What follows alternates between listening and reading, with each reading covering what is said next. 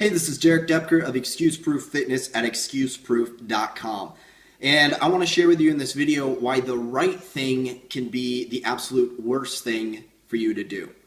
And I'll get into what I mean by that. But first of all, have you ever heard contradictory health and fitness advice? So you hear 100 different experts all say 100 different things. And I know for me that can be so confusing and overwhelming as I'm trying to sift and sort and try to get to the truth of it all when there's so much different conflicting advice out there. Now, one of the reasons is obviously we don't know it all. We work with the evidence we're given, so each person might have good intentions, but they come to different conclusions.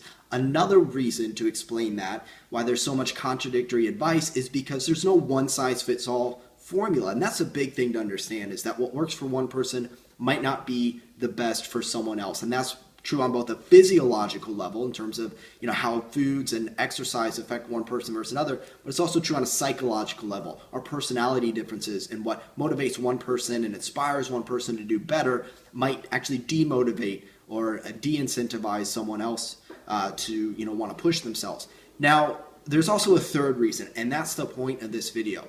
And here's the concept I want you to understand. The right thing done at the wrong time is still the wrong thing. So, common example, what might be best for a beginner might not be best for someone who's more advanced, and vice versa. Now that's common sense, it's intuitive, we get that, but it's hard to really understand on a personal level, where am I at and what's best for me, unless you have, let's say, a coach or a mentor who actually knows where you're at and what's going to be ideal for you. And I want to even take this one step deeper really quick, that you could even say the right thing done with the wrong intentions can be the wrong thing to do.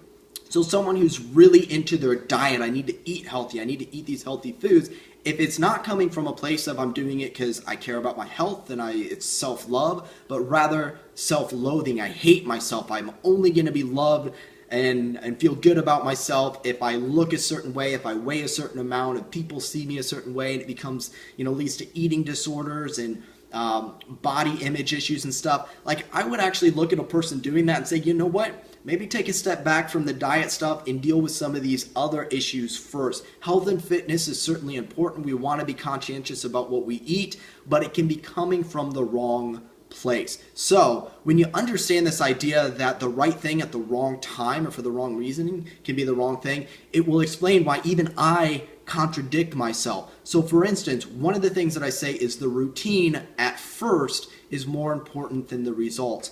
And that's not an absolutely true statement, but I'm pointing out this idea that when you first start out, especially if a person's really busy, they got a million things going on in their life, they've tried and they've failed so many times, the more important thing for them psychologically and emotionally is just get a routine going. Even if it's only 2 minutes of exercise a day, just get something going and you can build upon that.